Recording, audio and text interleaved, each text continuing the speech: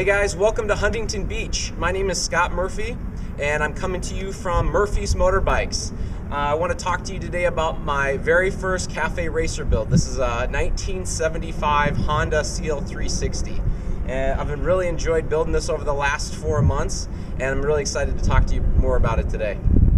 Okay, so I bought the original Honda back in October and it was pretty rough. There was quite a bit of painting done to it, to say the least. The engine was completely blacked out, rattle can with spray paint. The wheels were blacked out, the carburetors were blacked out.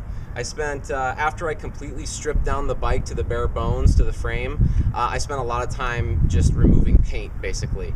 I did want to completely take it down and rebuild it. I had a vision for this bike before I started putting it together. I really liked the cafe racer look, but I also like brat bikes and tracker style motorcycles. Those were really attractive to me as well. So I kind of incorporated little bits of each one of those bikes to make this.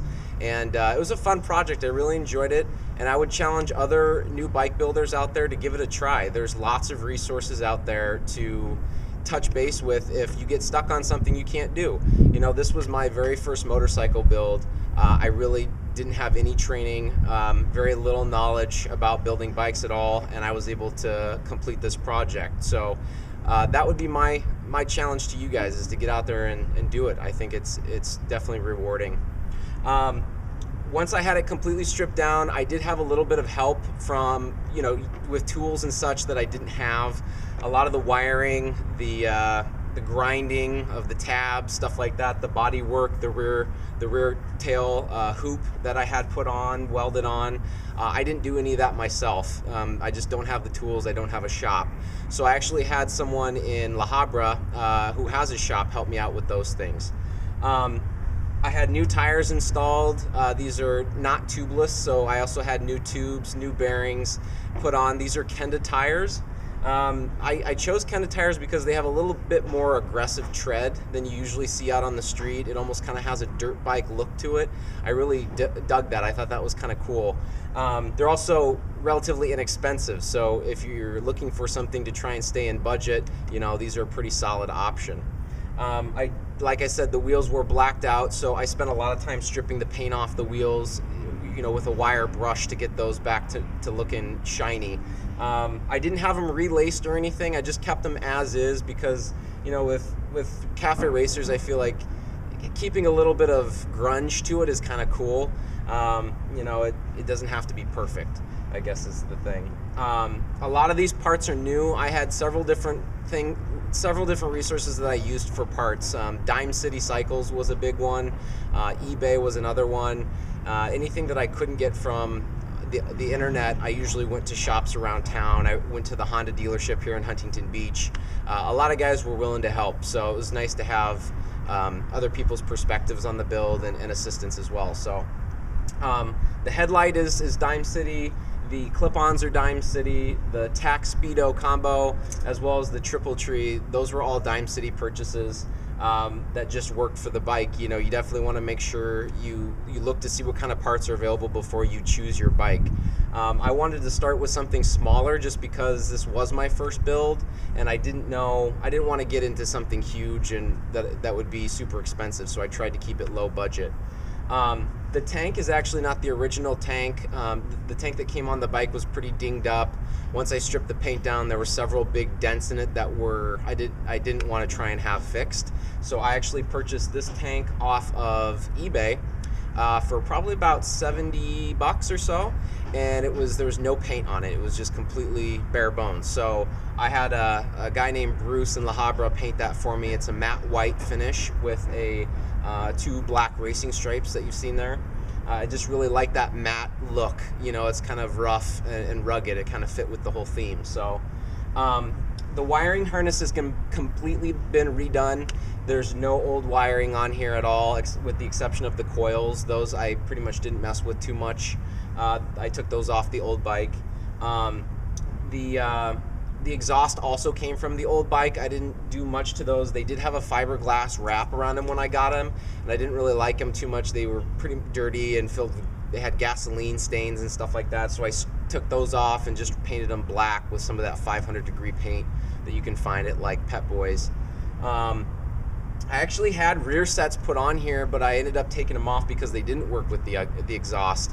It had a good look to it, but functionally it just didn't really work. So if I want to put those back on, I'm going to have to do something different, maybe a 2-into-1 or have a custom exhaust made for it. But right now I just went with the stock pegs. They seem to work fine. So the seat has been that's custom made as well.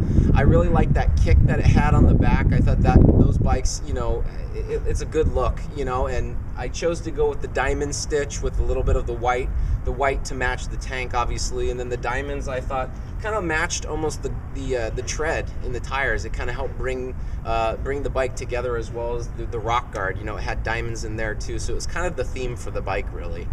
Other than that, you know, the bar ends, these I just picked off on eBay. The piece that came with it didn't really even fit, so I just kind of makeshifted these to get them on here. These grips came from eBay. They were pretty cheap as well. I think they were like 12 bucks, something like that. The wiring that I bought actually came with all new controls, so I didn't have to purchase those separate, which was nice. Other than that, it's the shocks that are on there came on the original bike, so I didn't upgrade those. I would definitely suggest doing that if you do your own build, just because they probably need to be updated. These bikes are like 30-40 years old. You know, those are going to start to break down a little bit over time, I think. But for right now, it works. I got some little cheapy turn signals off Dime City as well. I think these were like 12 bucks or 20 bucks, somewhere around there.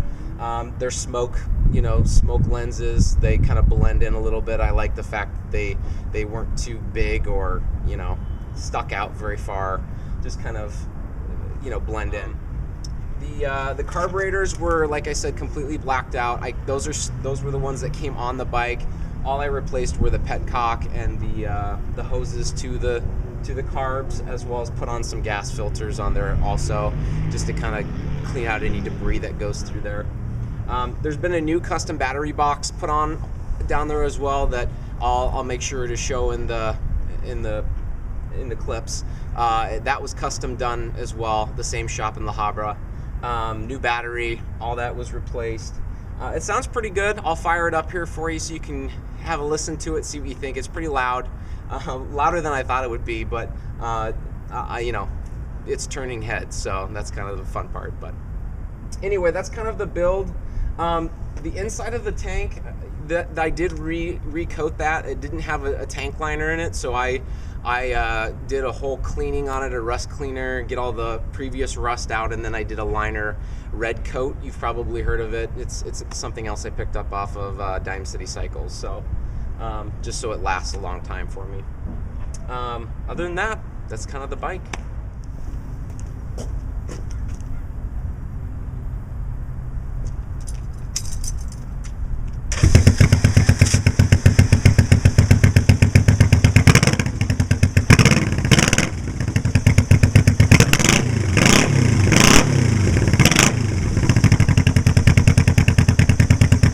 Couple other things that I added that were different. I did get new sprockets. You know, you can see kind of here on the rear one, that's brand new. It's also a new drive chain. This is a platinum drive chain. Really happy with how that looked. Also replaced all the brake pads front and back. Those are all ready to go and work nice. New cables, obviously, all that's been replaced. New clutch and brake levers.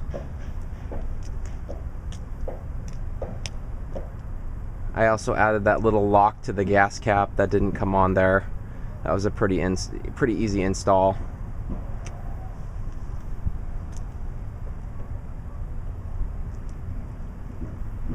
You can see the little pod air filters in there. You see those on a lot of cafe racers. New points. The engine was freshened up as well. I had new gaskets put on, as well as new Allen head bolts for all the main hardware, so that's easy to get on and off if it needs to be serviced. This is also a custom piece here. If you can kind of see this little that's for the headlight. That way it doesn't eat up your battery if you're driving and you don't need it on. That's kind of nice to have.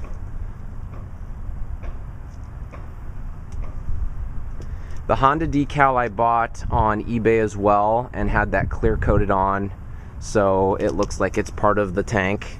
The guy did a really nice job with that. Before it was just the standard screw-on Honda badges.